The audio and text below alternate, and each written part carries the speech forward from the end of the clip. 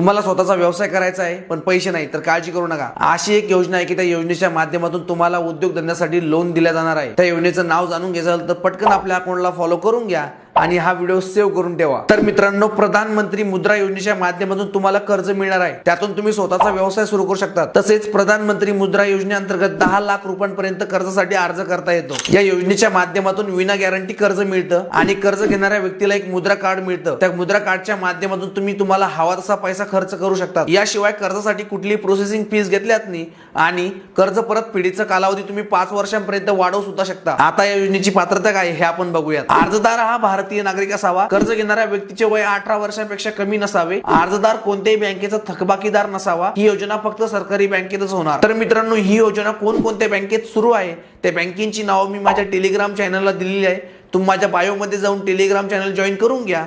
Video आवडल्यास like करा, आपला व्हिडिओ शेअर करा। धन्यवाद।